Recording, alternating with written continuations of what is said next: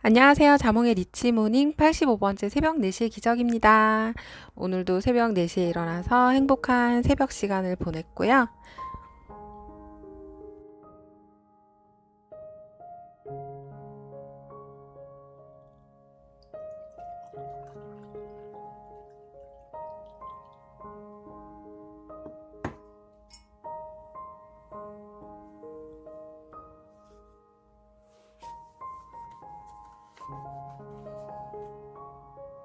오늘은 새로운 책, 살 빠지는 뇌라는 책을 가지고 왔습니다. 이 책을 읽게 된 계기는 제가 얼마 전에 큰 마음 먹고 몇 개월 만에 체중계에 올라갔는데요.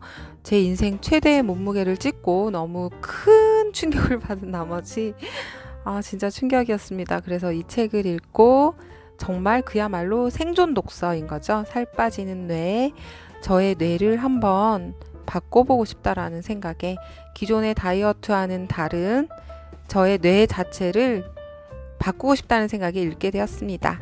마인드풀리스. 의식적으로 지금 이 순간에 주의를 집중하는 것입니다. 우리가 가지고 있는 다이어트에 대한 고정관념도 참 많고 우리가 다이어트에 대해서 잘 알고 있다고는 생각하지만 실천하기 어려운 것이 사실입니다. 왜 그렇다면 우리는 다이어트를 시작하자마자 포기를 하고 끝까지 유지를 하지 못하고 포기를 하게 되는 것일까요? 이건 저도 항상 궁금하고 다이어트를 성공했음에도 불구하고 다시 요요 증상이 나타나서 다시 본래의 나보다 더 살찐 나로 돌아오는 거. 이건 왜 그런 걸까요?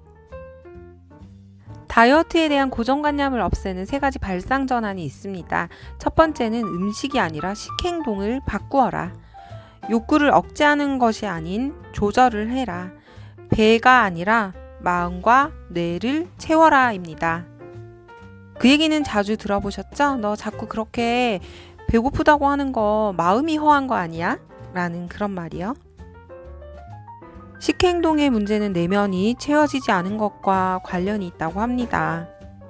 마음을 채우는 방법을 터득하면 식행동 자체에도 본질적인 변화가 나타납니다. 그것을 마인드풀리스라고 하는데요. 자, 의식적으로 지금 이 순간에 주의를 집중합시다. 마인드풀리스의 효과는 여러 가지가 있습니다. 집중력이 향상되고 감정 조절력이 향상됩니다. 메타 인지력이 향상되고요. 면역력도 향상된다고 합니다. 우리의 뇌가 변하지 않으면 요요 현상만 반복하고 결국 좌절하고 포기하게 됩니다.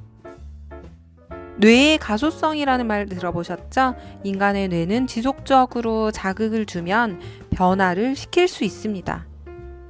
우리가 음식을 먹으면 배도 부르지만 그 맛을 느끼는 즐거움 또한 크죠. 그래서 뇌의 쾌락 중추가 자극을 받게 되는데요. 의식주 중에 식은 생물에게 가장 중요한 것입니다. 그래서 뇌는 우리가 밥 먹는 걸 잊어버리지 않도록 먹는 것과 쾌락을 한데 묶어버립니다. 살이 빠지지 않는 원인은 자신의 문제가 아닙니다. 식사일기.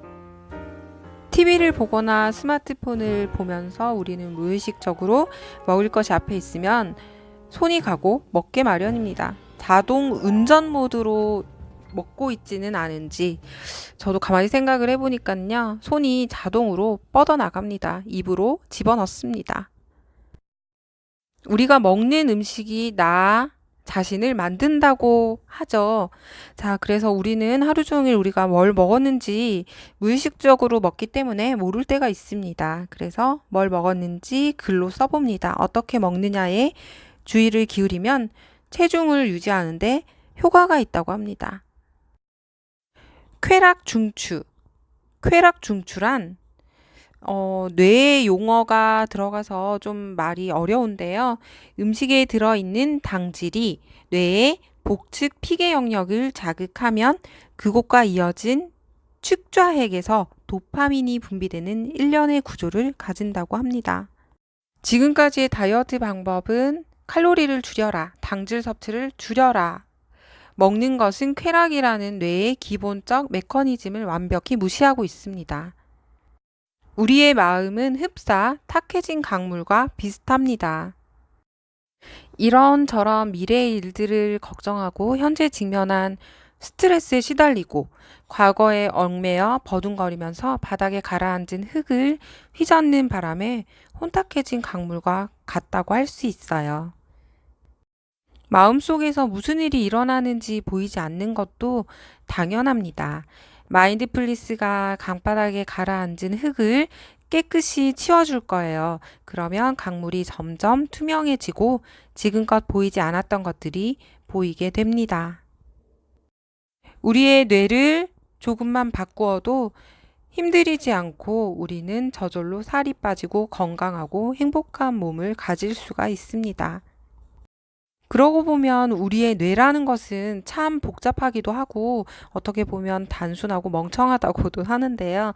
뇌를 알면 알수록 신기하고 재미있는 것 같아요. 그래서 요즘은 제가 점점 뇌과학에 빠지고 있습니다. 그리고 뇌과학이랑 심리학이 연관이 있잖아요. 그러다 보니 더 흥미를 가지고 보게 되는 것 같습니다. 먹고 싶은 충동에 이름을 붙이자. 우리가 SNS에서 좋아요를 받으면 받을수록 점점 더 받고 싶지 않나요? 이건 기본적으로 더 먹고 싶다는 기분과 뇌과학적 측면에서 크게 다르지 않습니다. 연구자들은 이러한 강한 욕구를 갈망이라고 부르는데요. 갈망이 강할 때는 뇌의 영역 중에서도 후대상 피질이라는 영역이 활성화가 되는데요. 호흡 집중법과 같은 마인드풀리스를 계속하면 후대상 피질의 활동이 저하되고 더 먹고 싶다는 강한 욕구에 넘어가지 않도록 뇌가 변한다고 합니다. 내 몸이 내는 소리.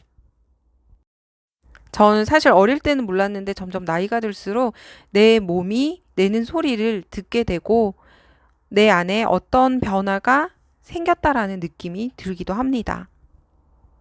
내 몸에 살이 붙으면서 다리가 아프다고 소리를 내고요.